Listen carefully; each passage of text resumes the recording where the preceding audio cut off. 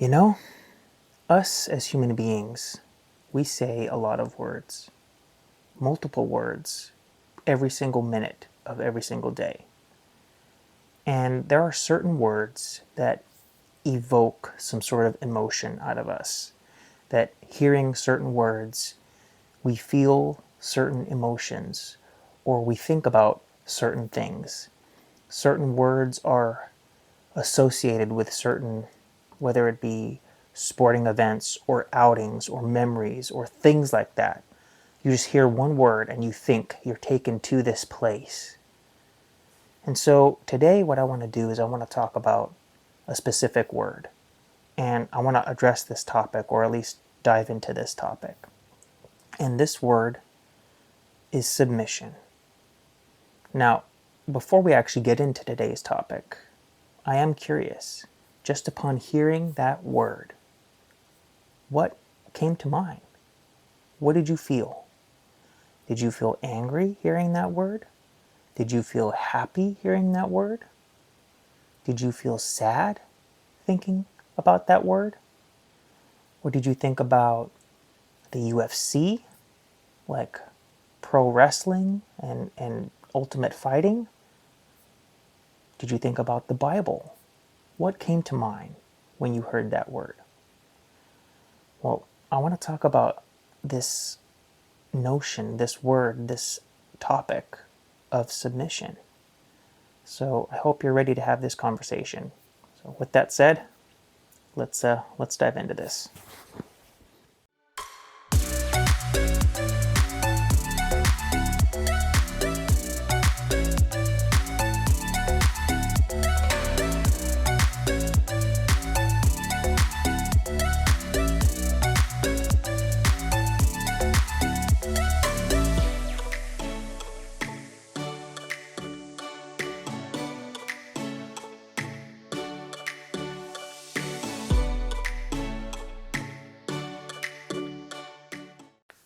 Now see, when I mentioned in the intro that what do you think of when you hear submission? Do you think of pro wrestling or ultimate fighting? In those specific arenas, ultimate fighting or pro wrestling, submission typically comes with somebody losing, right? If somebody submitted, that means they tapped out, they gave up, they quit. They're the loser. And so taking that and placing that in a relationship, when you hear submit in terms of a relationship, it comes with a negative connotation. Oh, you're weaker than, you're less than, you're inferior. That you're going to be walked all over. And that's just not the case. That's just not biblical. And so the whole reason why I wanted to talk about this is because I saw a short on social media a while back where this daughter was asking her dad about what it means for a woman to submit to a man. And the analogy that he gave, I thought was really, really well said and explained. There's just a few things that I wanted to kind of clarify. So, first of all, I want to play for you this short that I saw. And then I'm going to just touch on a few things on the back end. So check this out. Dad, what does it mean for a woman to submit to a man? So it's a very controversial topic, Maria, okay? Because women like to do things their own way nowadays, and they don't want to submit to a man because they think that makes them lesser of a woman to submit to a man.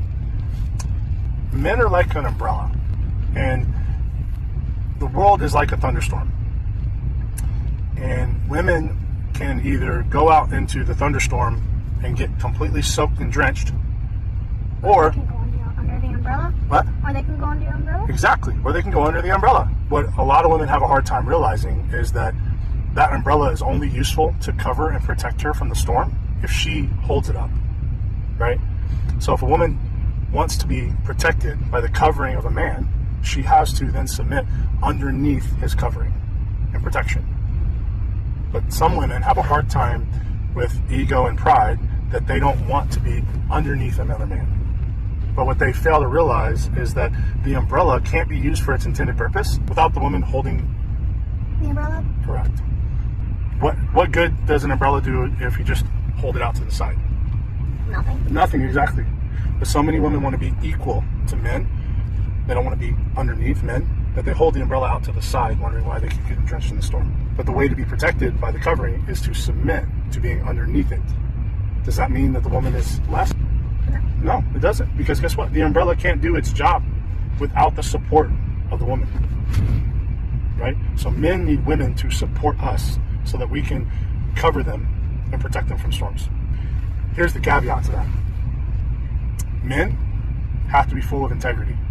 Otherwise, even if a woman holds that umbrella up, she's still going to get drenched by the holes in the umbrella. Now that's a really good analogy. I thought that was really well said and explained. I just wanted to clarify one thing. When he was talking about how a woman should submit to the covering of a man, I think he just needed to clarify one thing. In the context of marriage. In the context of marriage. Because that is what the Bible talks about. And I'm going to show you. In Colossians chapter 3, verses 18 to 21. I mean, it's really verse 18, but I'm going to read 18 to 21. Wives, submit yourselves to your husbands, as is fitting in the Lord. Husbands, love your wives, and do not be harsh with them. Children, obey your parents in everything, for this pleases the Lord. Fathers, do not embitter your children, or they will become discouraged. Now, verse 18, which is the key here, right? Wives, submit yourselves to your husbands, as is fitting in the Lord. Wives. It did not say girlfriends. It did not say fiancés. It said wives. Submit to your husbands. Which means, in the context of marriage, that is where the submission comes in. Because the husband has to submit himself to the Lord. He's got to answer and kind of follow the Lord's direction. But the wives have to submit to the husband. But the analogy that the father gave in that short was really well said in the context of marriage. But a lot of women find a struggle with that, to submit. They don't want to go underneath the covering of the man, because they just, like he was saying in that short, they're kind of filled like their ego and pride. Now, we all struggle with ego and pride in certain aspects of our life. And truly, if the man is not a godly man, he's not really worth submitting to. This is why the dating portion, where you really figure out who you're going to promise to be faithful to each other, is so important, is so incredibly important, because you have to make sure that you're submitting to the right person.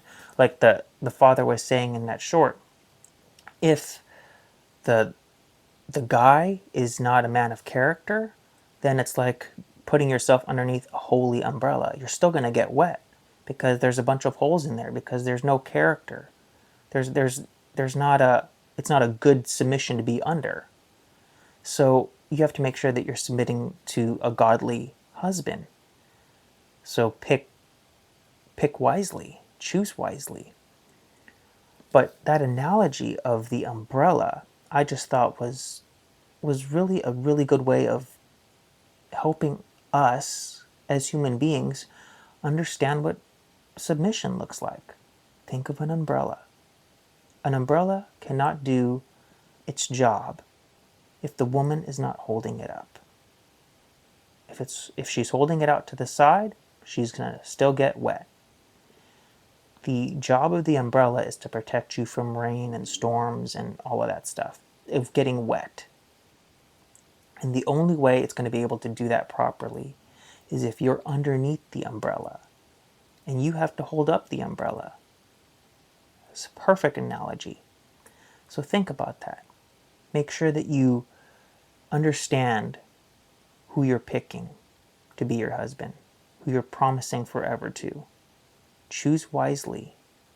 Make sure that you're equally yoked. And don't be afraid to submit. It's not a bad thing. It's not a bad thing. We all submit. We all submit to something. So choose wisely. Choose the right thing. So I thank you so much for watching this week. And please, if you enjoyed this video, don't forget to like and subscribe and share this video with your friends, family, and strangers as well, because any and everyone might learn something from this. So with that said, thank you again for tuning in this week. Please stay safe out there, and until next week, God bless.